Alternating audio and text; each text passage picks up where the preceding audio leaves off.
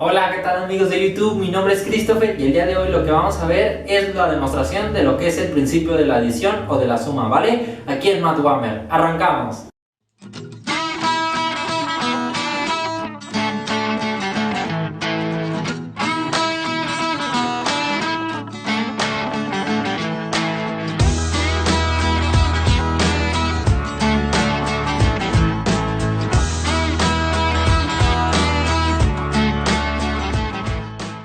Pues bien amigos, como les había comentado el día de hoy, lo que vamos a ver es la demostración del principio de la suma o el principio de la adición, ¿ok?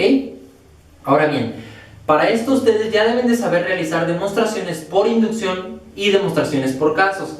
La primera demostración que vamos a realizar va a ser por casos. Esta demostración va a ser el caso base o el paso inductivo de nuestra demostración por inducción del principio de la adición o el principio de la suma. El caso base, vamos a demostrar que el principio de la suma es válido cuando ustedes tienen un conjunto y lo particionan solamente en dos subconjuntos. Entonces vamos a demostrar esto, ¿ok?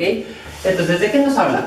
Esto nos habla de que si ustedes tienen un conjunto A que es finito y lo particionan en dos, o sea, forman una partición sobre él con A1 y con A2, y este conjunto o esta partición, el conjunto A está particionado por A1 y por A2, y estos dos conjuntos estos dos subconjuntos cumplen las condiciones para formar una partición sobre este conjunto A. Recuerden, las dos condiciones eran que el conjunto A o la unión de estos subconjuntos nos tienen que dar el conjunto sobre el que hicimos la partición. O sea que A1 unión A2 es el conjunto A. Y la segunda condición es que al hacer la intersección de ellos, su intersección es vacía. Bueno, en este caso, A1 con A2 nos da el conjunto vacío.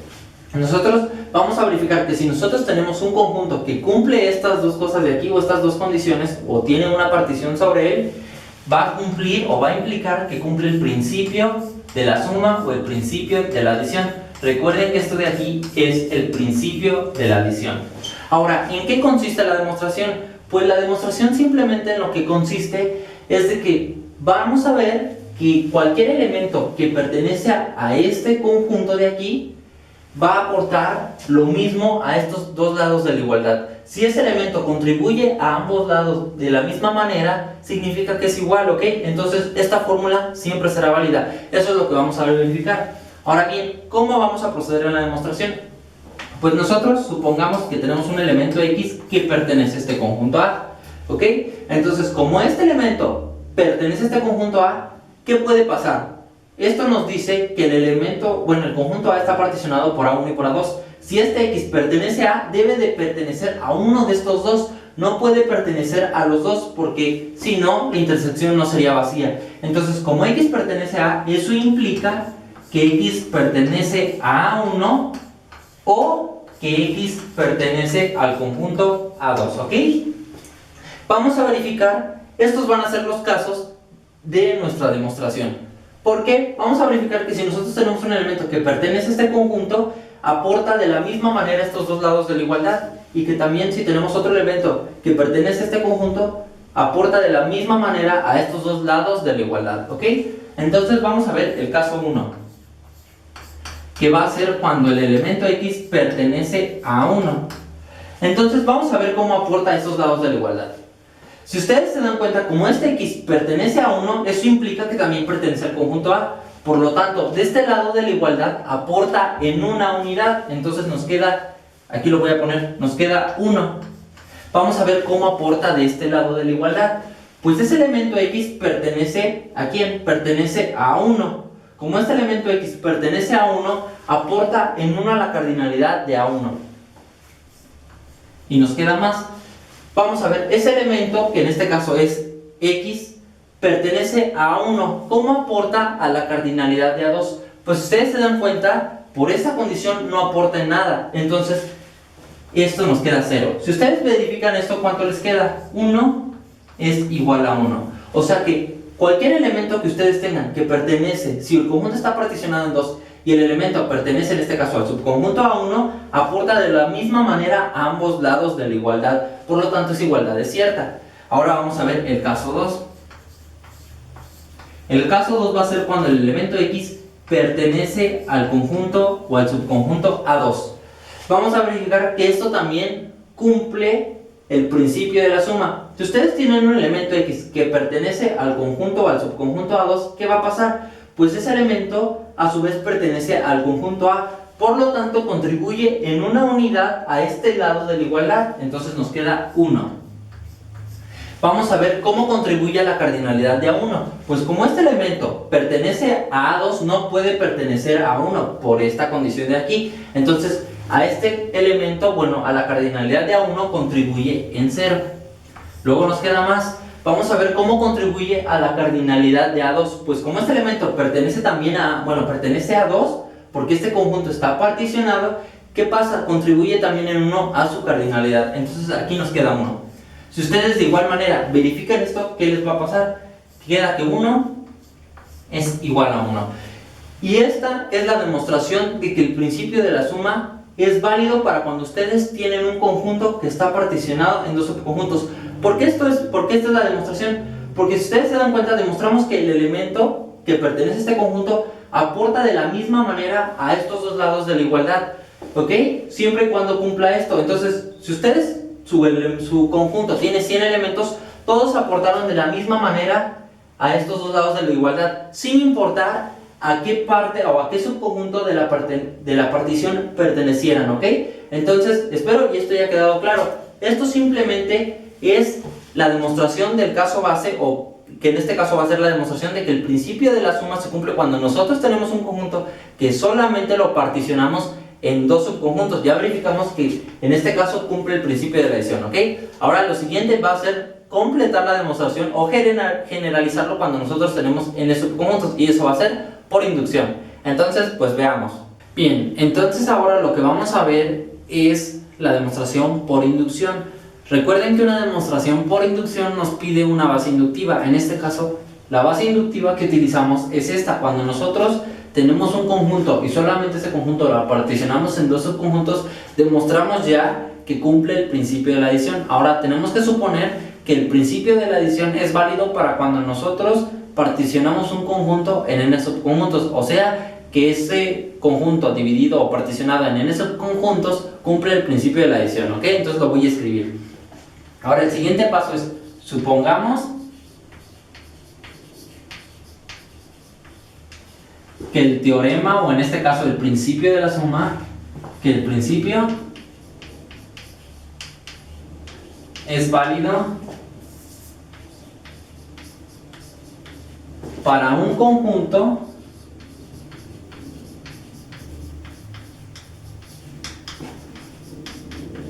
particionado en n subconjuntos.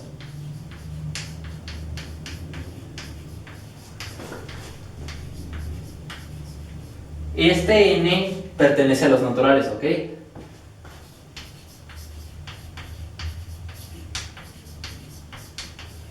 Entonces tenemos que, bueno, esta va a ser nuestra hipótesis de inducción, que el teorema, o en este caso el principio de la adición, es válido para cuando ustedes tienen un conjunto finito y ese conjunto finito lo particionan en n subconjuntos, ¿ok? Este n pertenece a los naturales. Ustedes no lo pueden particionar en 3,5 subconjuntos, tienen que ser números naturales. ¿Qué significa que es cierto esto? ¿O qué significa la hipótesis de inducción? Que si ustedes tienen un conjunto A, ¿ok?, que está particionado como A1, A2, A3, así, hasta AN, y esto de aquí cumple las dos condiciones de partición o cumple el principio de la adición, ¿qué pasa? Que el conjunto A va a ser la unión desde el primer subconjunto hasta el último de los subconjuntos que se encuentran en la partición. Esta es la primera, perdón. Y la segunda condición, ¿cuál es? Que cuando ustedes tomen cualesquiera dos subconjuntos de aquí, son disjuntos. Entonces, AI intersección con AJ es igual a ¿quién? Al conjunto vacío, siempre y cuando I sea distinto de J. Entonces, si pasa esto, como esto es válido, estamos suponiendo que esto es válido, el principio de la suma lo que nos dice en este caso es que sucede que la cardinalidad del conjunto A va a ser igual a la cardinalidad de A1, así, hasta más la cardinalidad de AN.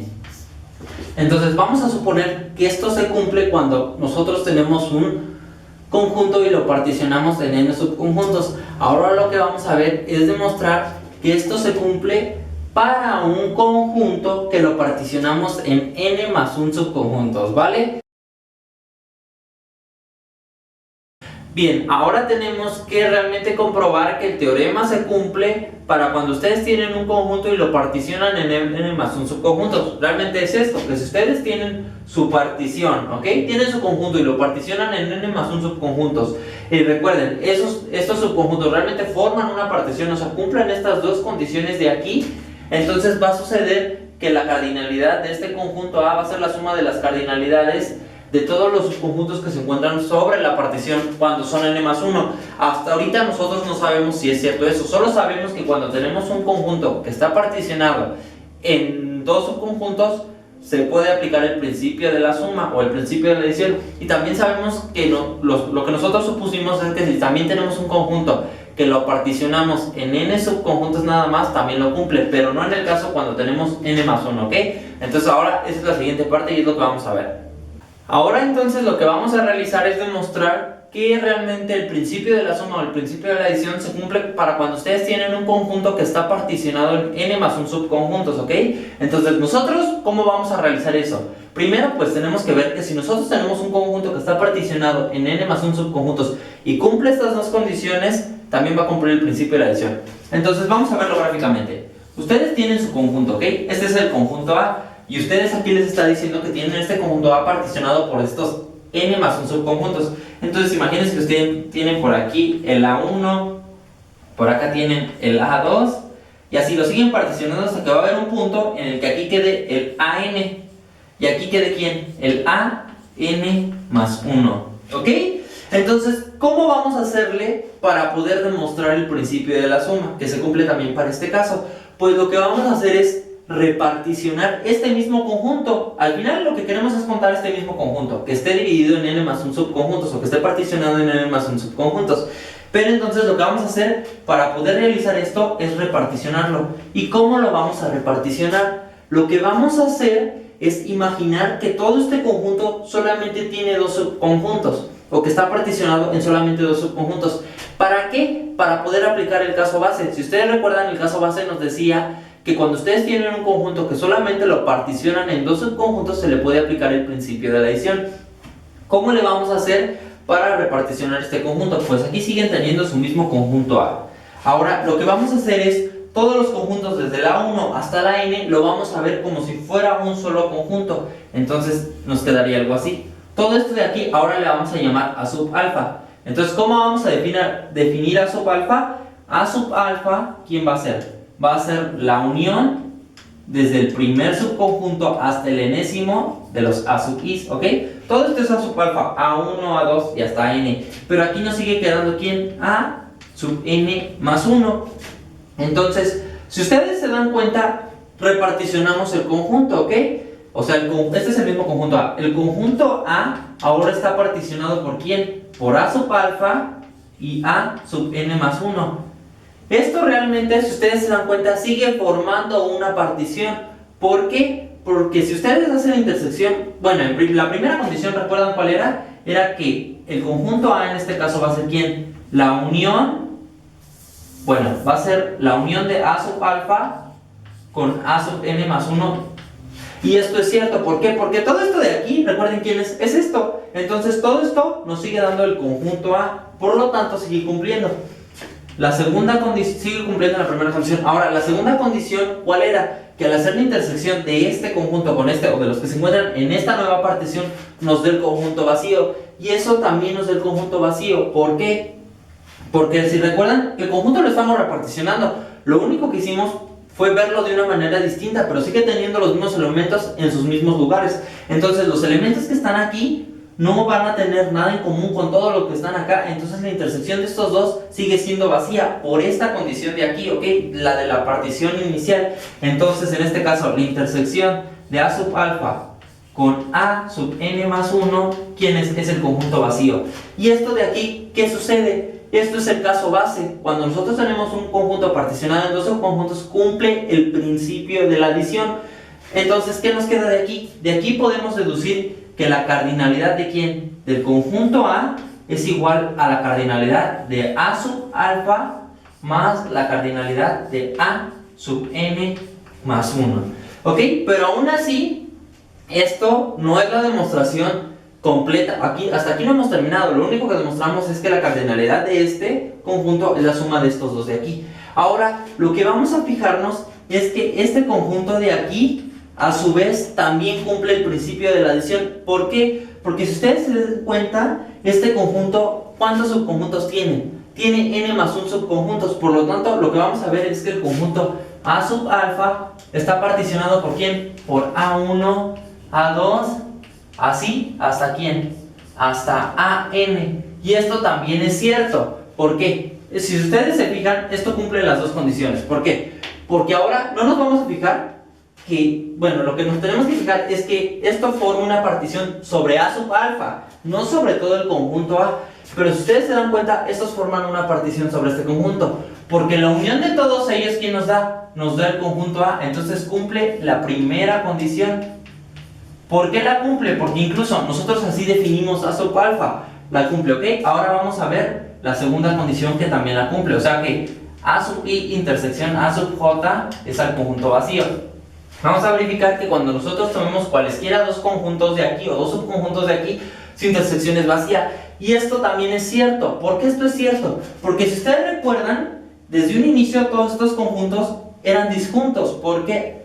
Porque esta condición nos lo decía. Nos decía que desde aquí, los conjuntos que ustedes tomaran e hicieran su intersección les iba a dar el conjunto vacío. Por lo tanto, a su vez, a esto de aquí se le puede aplicar el principio de la adición. Incluso este es el caso de la hipótesis de inducción, porque el conjunto lo tenemos particionado en ¿cuántos subconjuntos? En n. Entonces la cardinalidad ¿de quién?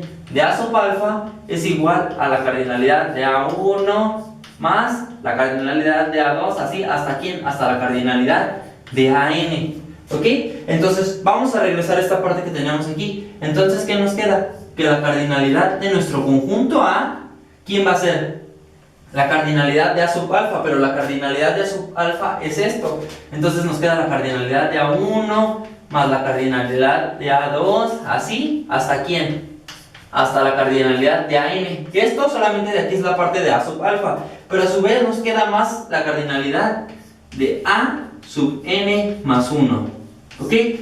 ¿Qué pasa con esto? Pues esto de aquí, si se dan cuenta quién es, esto de aquí ya es la demostración. ¿Por qué? Porque esto nos está diciendo que la cardinalidad de nuestro conjunto A, que era inicialmente este, ¿quién es? Es la suma de las cardinalidades desde quién, de 1 hasta n más 1, de los subconjuntos desde el 1 hasta el n más 1, que son los que se encontraban en la partición. Esto de aquí lo voy a escribir aquí arriba. ¿Cómo nos quedaría? Esto lo voy a poner asterisco, ¿ok? Entonces aquí queda asterisco. ¿Y cuál es? Entonces, que finalmente ¿qué concluimos? Que sí, la cardinalidad de A va a ser la suma desde I variando desde 1 hasta n más 1 de las cardinalidades de todos los subconjuntos que se encuentran en la partición. ¿Ok? Entonces, esto de aquí es a lo que queríamos llegar, es la demostración. Entonces, ahora, espero les haya quedado mucho más claro cómo funcionaba esta demostración. Para esto, pues les comento, ustedes ya tenían que saber inducción. Pero creo que es una demostración que es bastante sencilla y no es nada complicado de hacerla, solamente hay que tener bien firmes los conceptos de qué es una partición y qué es el principio de la adición. Entonces, pues muy bien, espero les haya servido y les haya gustado el video. De cualquier manera, dudas y comentarios déjenos en el canal, ¿vale? Y nos vemos en el siguiente video. ¡Chao!